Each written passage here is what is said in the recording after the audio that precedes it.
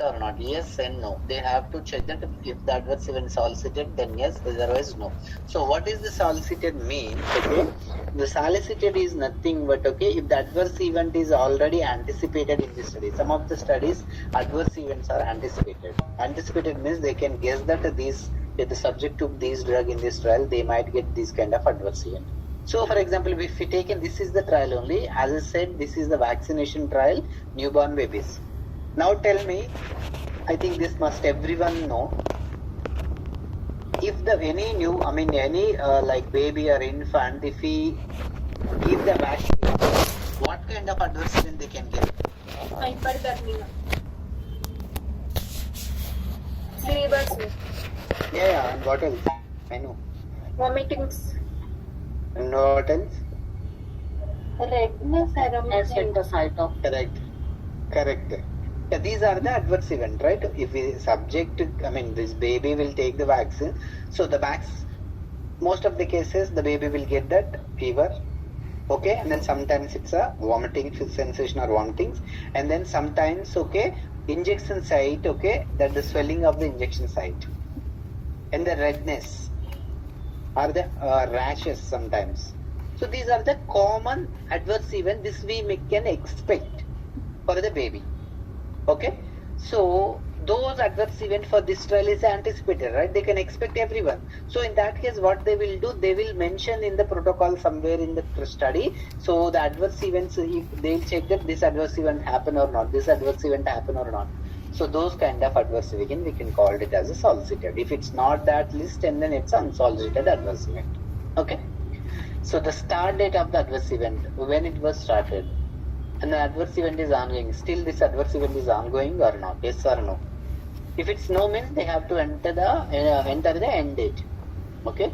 So if you can see this one by one field interlinked. Okay. What is the adverse event name? Okay. So when it was started. Okay. Is this solicited or not? Okay. And then when it was started, the next is still it is ongoing or not? Subject said that it's getting the headache when it was started. And still you are getting the headache or it's stopped. If they said that still it is getting, then they should enter the yes, and then end date would be missing. Why? Because this is still ongoing. So for example, this adverse event started yesterday evening and then today morning it's subsided. Then they said no, and then when it was ended, they have to enter the date here. And then severity. What is the severity of the adverse event?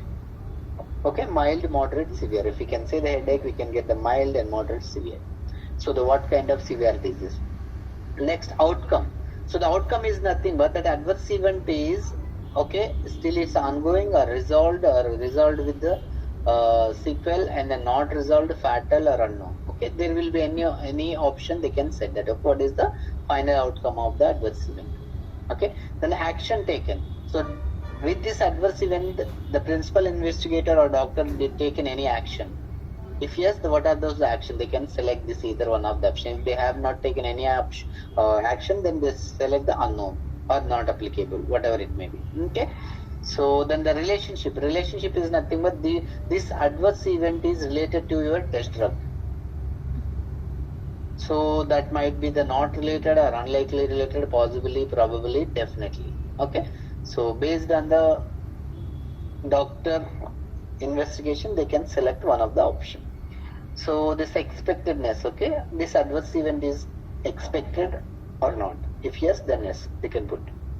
The concomitant additional therapy given for this adverse event. Okay, so the concomitant additional therapy, if the adverse event occurred, then what the subject is going to do?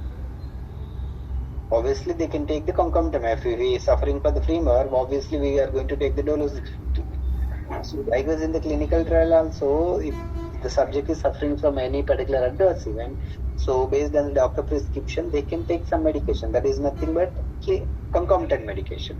So if the subject to concomitant medication, then they provide yes, otherwise no. So then is this adverse event serious adverse event? Okay, sometimes for example, headache, it's not a serious. Fever, it's not a serious, but heart attack, it's a serious, right? So based on the adverse event, the serious adverse event or not, they have to check that yes and no. If it's a serious, then they have to, if you can see, if they tick this is yes, That's why they started with the if yes, seriousness criteria.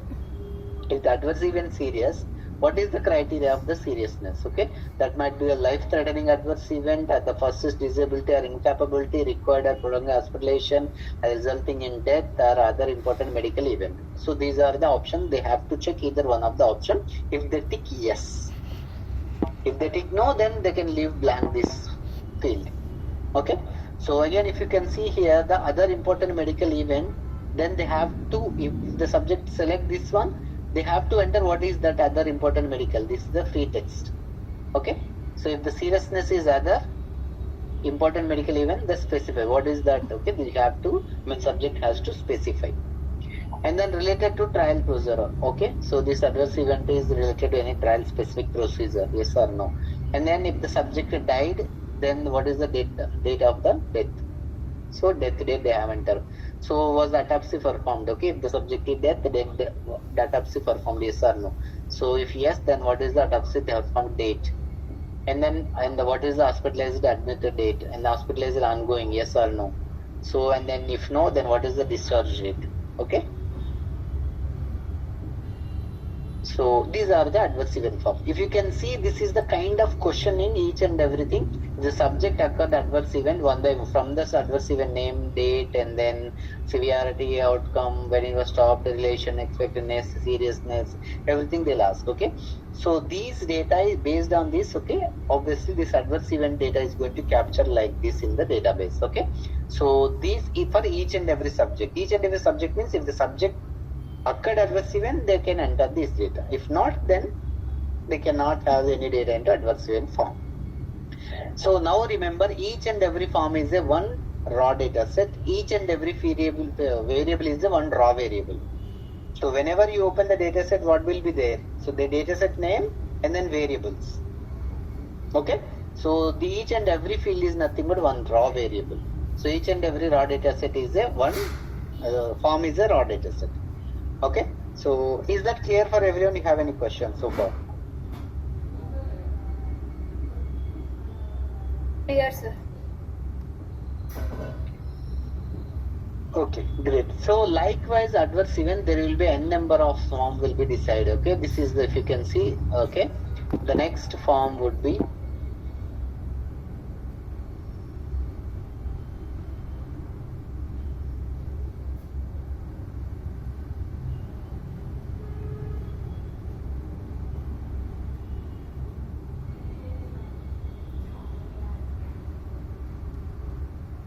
okay. So the next form would be the BCG rescue dose. Okay. So the BCG rescue dose is now, as I said, okay. So this is the BCG naive is the active comparator drug. If the so based on the protocol this study, so there will be 100 patient, 99 patient is going to plan for this study. So their dose defining for the BCG naive, they have the 3 different doses. So the each 25 subjects will be randomized either different doses, and then remaining 24 subjects will be going to randomize the BCG naive vaccine. Okay. So who has randomized to the BCG naive, they have to enter this form. Okay. So what will be the BCG naive rescue dose given to the infant? Yes, no. If yes, BCG date, and then BCG dose time, and then location of the BCG vaccine administered. Okay. So the location is the right arm or left arm. That's it. The next form is that chemistry. Chemistry is nothing but it is a laboratory related thing. Okay. So was a sample collected the chemistry at this visit. Okay. The finding domain related data will be captured based on the visit. It's a planned thing. Okay. If yes, date of the sample collection, when it was sample collected, was the creatine done? Okay. Creatine is the one of the chemistry test. So if you go and check their laboratory forms or blood samples and hematology related things, and then so there will be a number of tests will be there. Creatine, and then bilirubin. There are n number of tests, WBC, RBC, okay, neutrophils, eosinophils, basophils. There will be n number of tests will be there for the lab related. So here there will be, was creatine done, yes or no? If yes, then they have to enter the creatine result here, and then creatine low range and then high range. Okay. So it means each and every lab test will have the biological reference range. Okay. So the each and every test will be there, the biological reference ranges. The result within the range, then that is the normal. So it will be above higher range, then it's a high. Below lower range, it's a low. So there we can call this abnormal thing. Okay. So likewise, every test will be repeated. Was the bilirubin done? Yes or no? If yes, the result and the low and high range. So this is the AST. Okay, and then so this ALT. Okay. So alanine transformase. Okay. So gamma glutamyl transferase GGT. So these are the all tests. Everything will be captured like this. So basically, whenever you see the CRF, so for example, this is the comment form. Is there any comments related? They have to check that. Okay. What is this comment related adverse event, or which form is related this comment? Okay. They have to select. So the next, if you can see date of visit. Okay. Whenever visit happened, when it was happened, date of the visit, and then date of the follow visit. Okay. The date will be entered. So data of the full telephonic contact or home visit. Okay, this is the study follow-up studies until 1 year. So once the initial visit and then follow visit done, then they can take the IVRS visits. It's nothing but telephone visits. Okay. And then eligibility criteria. So in this every subject they have to find the informed consent form, and then each and every subject is going to screen by the eligibility criteria, inclusion exclusion criteria. That's what I said. Like, if the subject eligible to the study means they have passed all inclusion exclusion criteria. If yes, then subject is enrolled. If no, means it's a screen failure. Okay, end of the study. So when the subject is disposition from the study or the completion study, they have to fill this form. Okay, based on this, the data is going to enter in the database. So the feeding assessment. Okay, so this is the newborn babies, right? Obviously, what is the feeding assessment? Okay, the feeding related stuff will be captured here.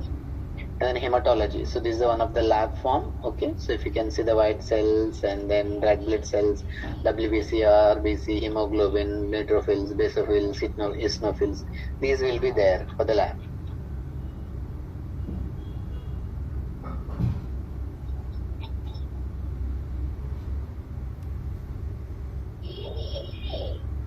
So this is the immunogenicity related. Okay, so this is so for example, these are the outcome related stuff. That's why they have asked some yes and no. Okay. And then inclusion exclusion criteria. So what are the inclusion exclusion criteria will be there in this study? So that will be there. Okay. So the infant demographics. Obviously demography is nothing but okay. So data of informed consent signed by mother. Obviously the newborn babies, they cannot sign or they cannot give consent. So obviously the mother or father has to sign the informed consent sign. So date of birth and the infant age in days. Okay, obviously this age would be in days. Infant sex, infant race. Okay, birth weight. Okay, Apgar score at the 5 minutes. Apgar score is nothing but it's a how the baby is well-being. So they'll have the number of factors. Based on that, they will give the score. Okay, so if the Apgar score, I think it's a 25 something. It's a baby is a well-being. Okay, so based on doing, so they can define. So the country, which country is the subject in the protocol version. So likewise, what are the data form is captured, everything will be present in the CRF. Based on this only, the data is going to enter in the database. Okay, so this is what CRF. Okay, from the CRF, as a programmer, what we are going to do, how we need to understand the CRF. So what is the requirement as a programmer CRF? Okay, this is the important thing, and then the very first step. So if you understand the CRF, and then if you understand the CRF annotation properly, if you can do the CRF annotation, SGTM is nothing. You can easily do it. If you don't know this one, and then it is a really tough. Okay. So I'll stop it here. We'll continue the CRF and the rules for the annotation, everything we can discuss tomorrow. So I'll stop here. Questions? Chapani.